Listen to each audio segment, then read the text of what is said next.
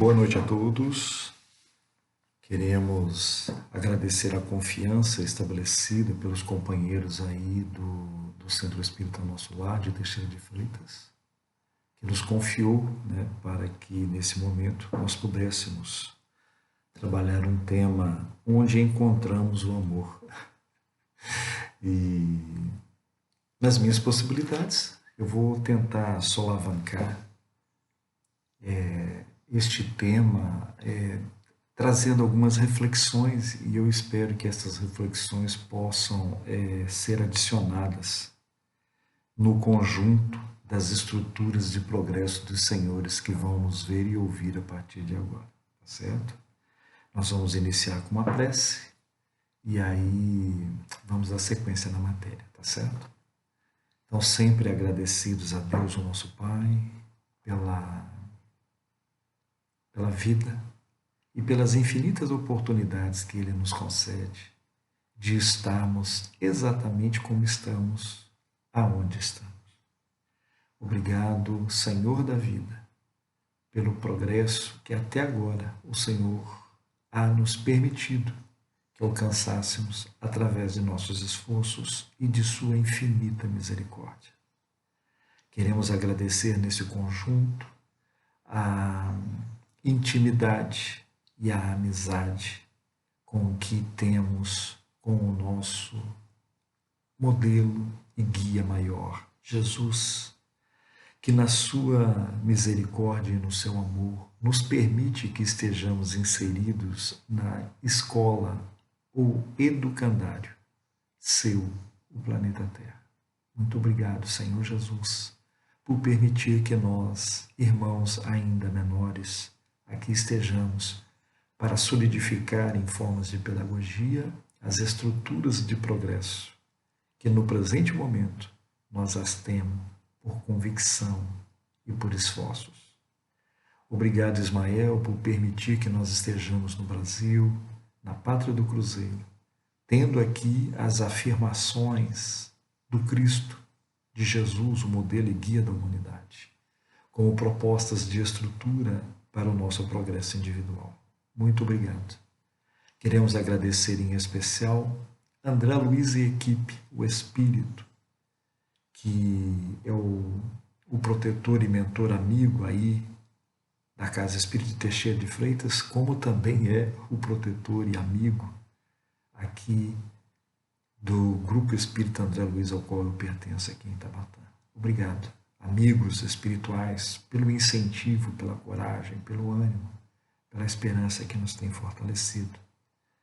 E agradecer também aos nossos protetores. Eu vou falar do meu, Adamastor, mas peço por todos os protetores, de todos aqueles que vão nos ver e ouvir daqui para frente, que os senhores tenham liberdade conosco e não desistam de nós, para que possamos, em companhia amigável, amorável, trabalharmos as pedagogias que temos que entender para melhorarmos intimamente e contribuirmos com as propostas de desenvolvimento planetário. Que assim seja, graças a Deus. Bem, companheiros, então nós vamos trabalhando essa temática, onde encontramos o amor. Eu gostaria que nós fizéssemos da forma ao qual eu aprendi com um grande mestre, o nosso companheiro Honório Onofre, que já é espírito, ele desencarnou em 2008, mas eu o conheci em 1998, na cidade de Belo Horizonte, e a didática dele para entendimento de temas era esmiuçar. Tanto é essa uma tarefa edificante que ele criou pela Federação Espírita Brasileira, o estudo minucioso do Evangelho, aonde ele pegava frase por frase, esmiuçava aquilo para que nós pudéssemos ampliar o entendimento. Então nós vamos usar essa didática de Honório Onofre, lembrando, saudoso, dessa grande personagem do nosso movimento espírita.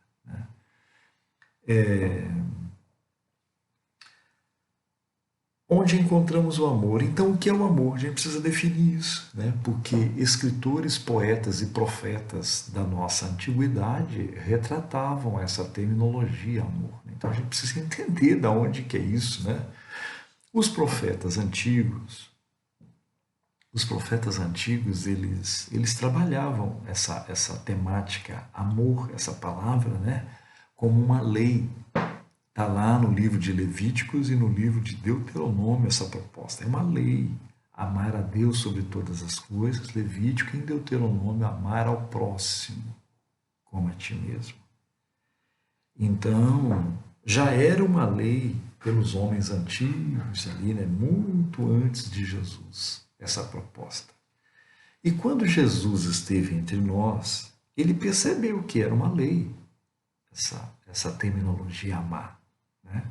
E ele, questionando um doutor da lei da época, né, sobre essa temática, ficou claro para Jesus e para nós, que vai estudar e vai ler lá aquela passagem, aquele encontro, né, dele com esse doutor da lei, fica claro para nós que os judeus daquela época, ou nós naquela época, né, nós hoje, os judeus de antigamente, os homens daquela época, era claro que eles já tinham bem entendido o que era amar a Deus. Estava bem nítido isso, essa era uma expressão bem lúcida, né, naquela época. O que eles tinham dificuldade de entender era o que era o próximo. Quem era meu próximo? Porque a ideia inicial, meu próximo, é minha família, né? Meu pai, minha mãe, meus irmãos. Né? Essa aí é meu próximo, meu clã. Né? A gente pegou o amor e colocou numa caixinha bem próxima. Mas, segundo a própria história, os judeus eles avançavam um pouquinho mais. Eram os parentes também. Como era também os cidadãos do país deles. Então, eles eram exclusivistas, nacionalistas. Né? Então, o amor ia até a nacionalidade. E restringia-se num outro parâmetro ainda por cima, além da nacionalidade. Restringia-se ao título de amigo. De amigo. Então, havia uma restrição a essa manifestação dessa palavra amor, que era lei, mas tinha restrição, era só até ali. Né?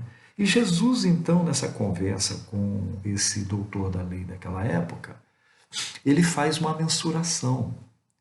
Ele tenta trabalhar uma forma de sair de círculos e que essa mensuração pudesse aumentar.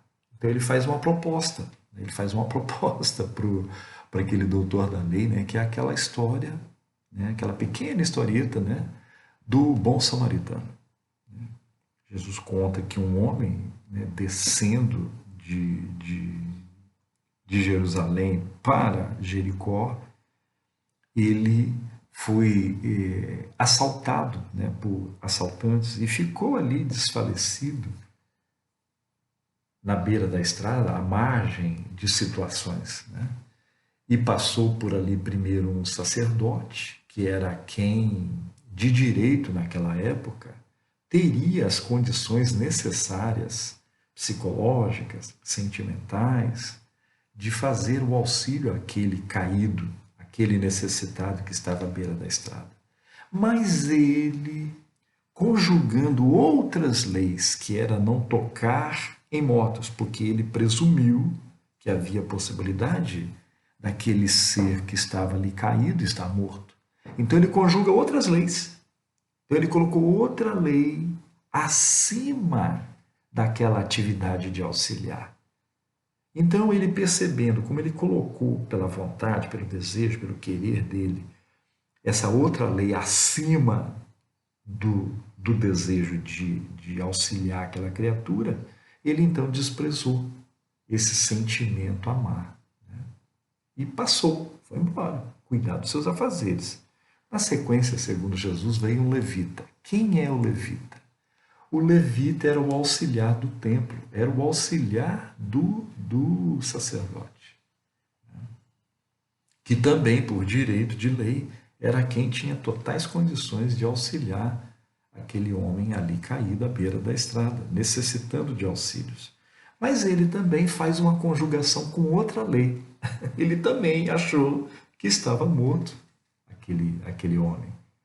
E então ele coloca outra lei acima da atividade de auxiliar.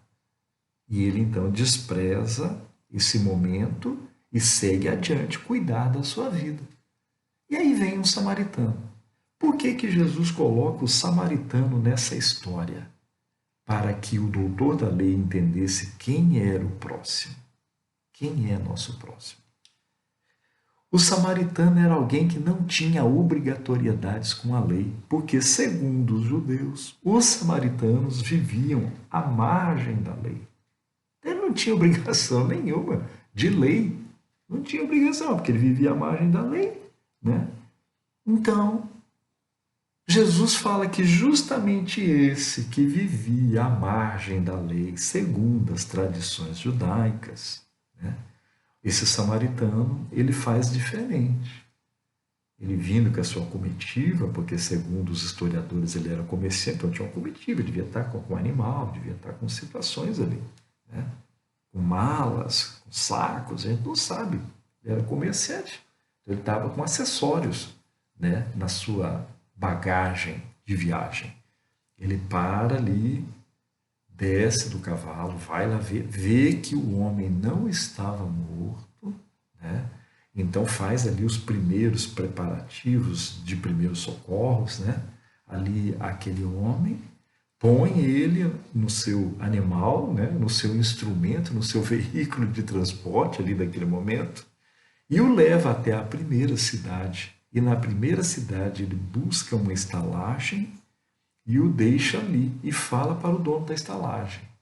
Aqui está recursos para os primeiros movimentos necessários de atendimento a esse homem e eu vou seguir minha viagem. Quando eu voltar, se houver mais necessidade de recursos por conta do zelo que você irá ter com esse companheiro, eu lhe retribuo. Aí Jesus fala que este, então, perguntando pro doutor da lei, quem foi o próximo desse que estava necessitando de auxílio? E o doutor da lei acertou na sua expositiva, porque ele expõe, o último samaritano foi o próximo. Então, o que fez Jesus com essa pequena historieta, linda por sinal, né? Que culmina com o bem, termina com o auxílio, termina com a fraternidade, termina ali com os sentimentos nobres exaltados nessa história, né? Que começa triste. O cara foi assaltado, espancado, né? Deixado ali para morrer. Então começa triste, mas termina de uma forma belíssima, né? Com atendimento, com caridade, com fraternidade, com amor, né? Na sua expressão maior ali. Então, Jesus queria dizer o seguinte, que o amor é uma lei, ele confirma isso, é uma lei, mas ela tem que ser expansiva. Ela não pode ficar em círculos, em caixinhas. Esse sentimento ele tem que ser um sentimento expansivo. É isso que Jesus quis dizer. E ele deixa claro isso num outro momento, quando ele fala diretamente para nós daquele tempo, os judeus daquele tempo, e para o homem de todas as épocas, né? Ele diz assim, ó, ouvistes o que foi dito aos antigos, amarás o teu próximo e odiarás o teu inimigo, ó, as caixinhas, as circunferências, né? Os limites. Eu, porém, vos digo, amai os vossos inimigos, façai o bem àqueles que vos odeiam e orai por aqueles que vos perseguem. Então Jesus aumentou o limite. Qual é o limite do nosso amor? Até os inimigos. Então, aquela restrição que os homens daquela época tinham em amar o próximo, então seus familiares, seus parentes, sua sociedade, os nacionais, né, do seu país, os integrantes do seu país. E os amigos, Jesus aumenta isso. Então, é além da sua nacionalidade e além do círculo dos amigos, até mesmo os inimigos, nós devemos buscar amar e ampliar a lei. Olha para os senhores. Então nós já temos uma ideia de onde que surge o amor. É uma lei e sem fronteiras. Não é uma lei de um país, não é uma lei de uma pessoa, é uma lei universal, segundo Jesus. Então, definindo da onde é que chegou essa ideia amor, né? Eu gostaria de dar agora a impressão de Jesus para esse termo amor. Então, ele concordou com os escritores, com os poetas, com os profetas. É uma lei? É uma lei, mas ela é ampla. Né? Agora ele deu um tom. Esse tom, essa cor de amor, só Jesus fez isso. Olha para vocês verem. Então Jesus era árabe, né? era judeu, era judeu. E ele vai buscar, não encontrando uma terminologia no dialeto, na língua em que ele estava, ele vai buscar um dialeto, uma língua em outro lugar, nos gregos, um termo para tipificar, para significar o que ele queria dizer com amor. E ele disse muitas vezes essa palavra. Ele vai usar um termo grego chamado ágape. Ágape. Eu me encontrei com o Haroldo, eu não me lembro mais o ano, acho que foi 2009 ou foi 2010. 2010 não lembro mais a data que eu encontrei o companheiro lá em Itabuna. E aí eu questionei ele sobre esse movimento de Jesus, quando ele posicionou ali o termo grego, ágape. Aí ele falou perfeitamente para mim, Anderson, Jesus não encontra na terminologia aramaica, no judaico mais antigo, né, a expressão amor que ele queria dar. Então Jesus vem e traz uma novidade. E ele vai achar nas expressões gregas, então, o termo ágape, e ele vai se utilizar disso, ágape. Então, toda vez que Jesus queria significar um sentimento mais amplo, como esse que eu falei para vocês, já que eles viram o amor por lei, então a lei tem que ser ampla nas propostas de Jesus, ágape significava essa amplidão da lei, desse sentimento, sem limites, a tal ponto de chegar até os inimigos. Olha só para vocês verem. Então, agora, se a gente entender o termo ágape, dá para a gente ter uma ideia também do que é amor, segundo Jesus Cristo. Vamos tentar entender isso? Olha o que significa o termo ágape. Ágape significa o sentimento de uma família grega. Era assim que os gregos viam. O sentimento de uma família reunida na hora de uma alimentação.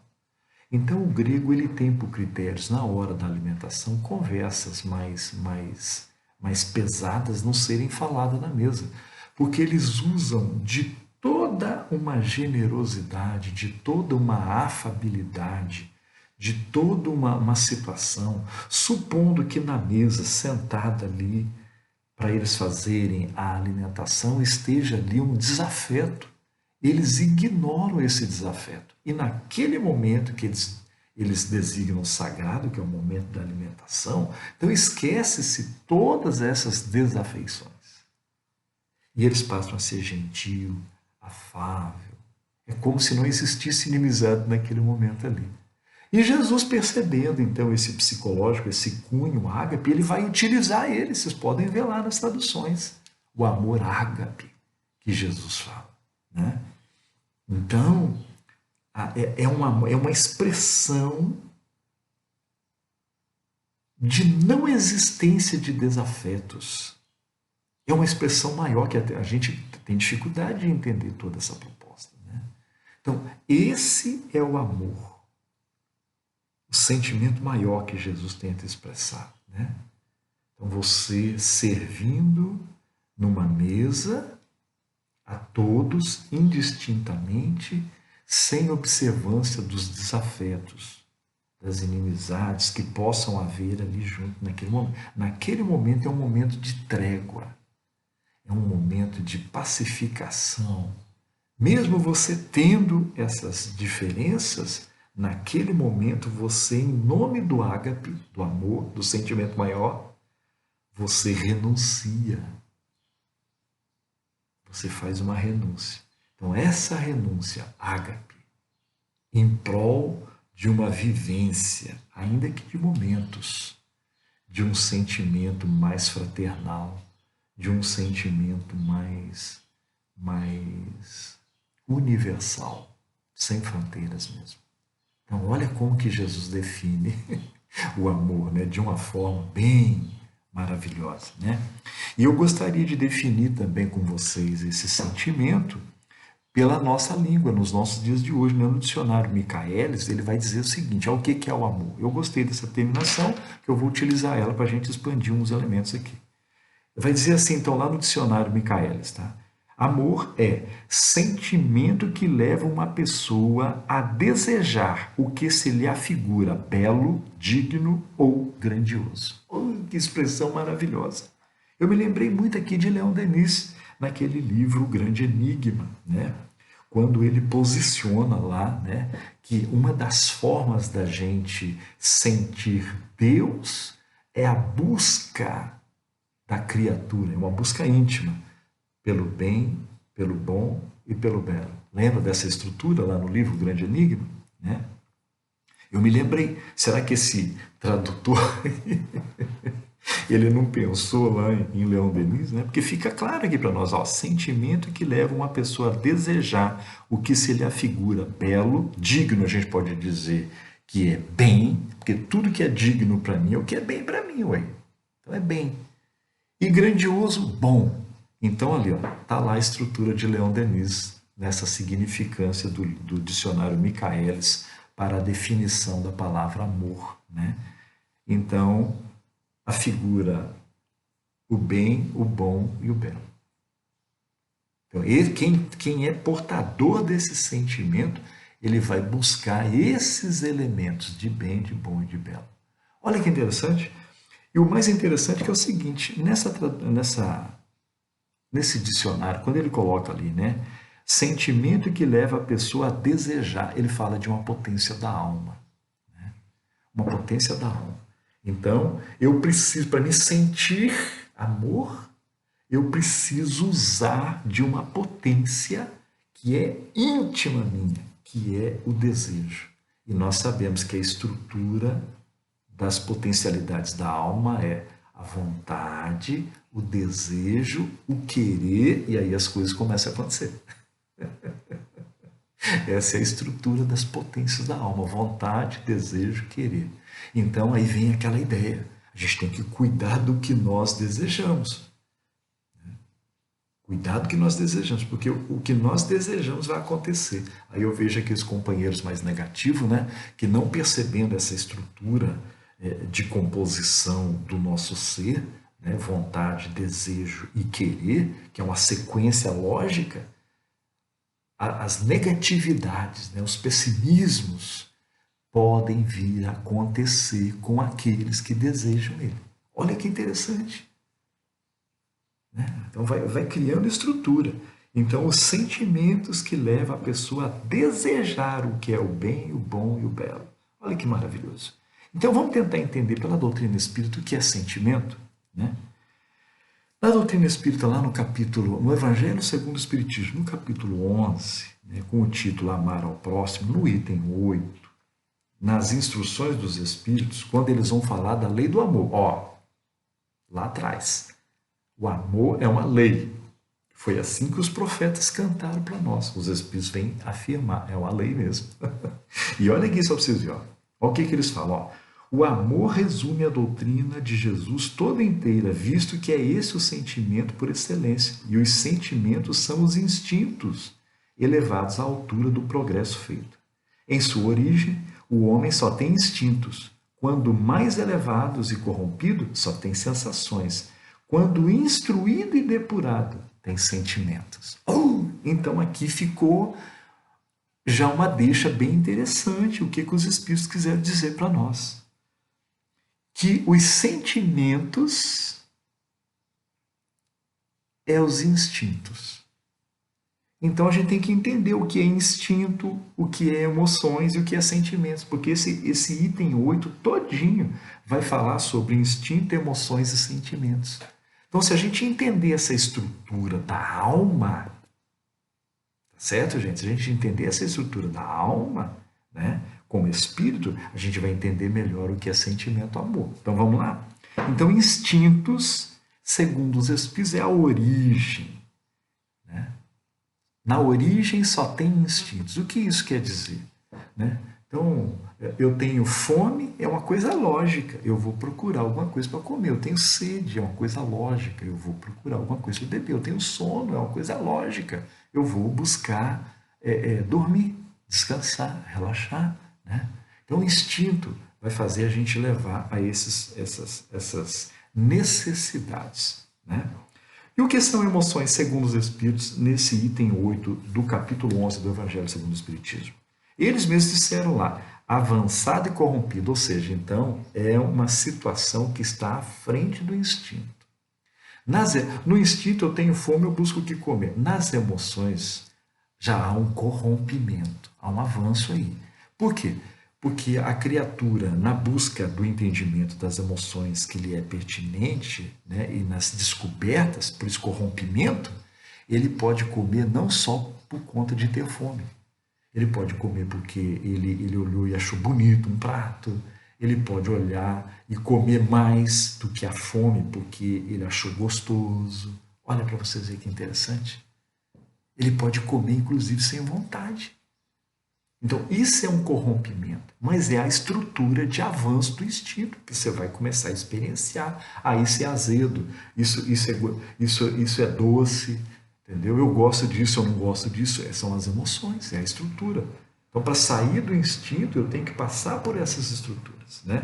Então, por isso, avançado e corrompido, aonde há a possibilidade de surgir os abusos. Então, há necessidade da gente cuidar desse posicionamento. Né? E o que é sentimentos, então? Os próprios Espíritos dão uma ideia lá. Instruído e depurado surge os sentimentos. Então, gente, a instrução que a doutrina espírita tanto bate, espíritos amai-vos, é a lei. Espíritos instruí-vos, é a condição para a gente entender esse sentimento amor. E depurado, nas emoções, então a gente vai provocar para entender o sentido das emoções das coisas. Isso aqui é azedo, isso é doce, isso é bom. Isso eu posso comer mais, eu gosto menos. Isso é emoção, né? Então, nesse corrompimento do instinto para o avanço das emoções, pode surgir os abusos. Nos sentimentos, com a instrução, não. Ali já há a dosagem certa, é o amadurecimento. Esse bolo é gostoso, mas eu não posso abusar. Que vai surgir elementos como a diabetes, por exemplo. Então, esses já são os sentimentos com a instrução depurada. Eu vou depurando o que eu conquistei pelas emoções lá atrás. Olha que interessante. E para a gente finalizar essa questão de sentimentos, no livro Virtude e Perdão, Rui Gomes Carneiro, ele faz uma retórica maravilhosa dentro da doutrina espírita para explicar para nós o surgimento do amor. Ele fala lá. Aí ele vai dizer o seguinte, que o amor vai surgir pelo entendimento da instrução e da depuração de certas coisas. Ele vai dizendo que o amor não surge assim, tipo, tem um amor. O entendimento de certos elementos e o exercício desses elementos, que ele vai designar de virtudes ali, vamos chegar ao entendimento maior do amor. Quando ele fala ali, ele aponta uma escala, né? O primeiro sentimento para aquele que deseja ter o amor verdadeiro, o amor ágape, que Jesus falou lá atrás, é a caridade. Né? A caridade, que é o primórdio da benevolência. Depois, na sequência, ele fala do respeito. Né? Como é que você pode amar e não respeitar a pessoa? Incondicionalidade, ou seja, aquela caixinha que Jesus falou lá. Eu amo, mas amo a minha família. Isso é condicional. Eu amo, mas amo os colegas, meu espírito. Isso é condicional. Eu amo, mas amo os brasileiros. Isso é condicional. Então, a incondicionalidade, ela tem que estar presente naquele que está construindo o sentimento amor, né? A lealdade, a paciência, Paulo falou disso aí lá também, a tolerância, né? O perdão, Jesus falou disso lá. Perdão é uma das estruturas do sentimento amor nobre, né? Do sentimento nobre amor. A humildade e aí o amor. Então ele fala que na conquista, no entendimento, na conquista, né? Na prática dessas virtudes, vai culminar ao sentimento amor, né? Ao sentimento verdadeiro. Eu achei isso muito interessante. Bom, então nós definimos que o amor é um sentimento, eu fiz a retórica, desde os profetas até os dias de hoje, o que significa pelo nosso dicionário, né? O que é o amor, quais as formas da gente conquistar ele, né? Agora, onde encontramos o amor? Aonde nós encontramos o amor, eu vou deixar para a gente discutir isso no domingo. No domingo, tá certo? Nós vamos discutir lá o que é o amor, mas eu vou deixar um mecanismo aqui para vocês estudarem e a gente conversar melhor lá. Olha aqui, ó. No Livro dos Espíritos, na parte 4, capítulo 1, lá na questão 938, tá, gente? Esse é a quarta parte, fala das penas e gozos terrestres. E nessa questão 938, Kardec vai estar trabalhando sobre as decepções, ingratidão e afeições destruídas.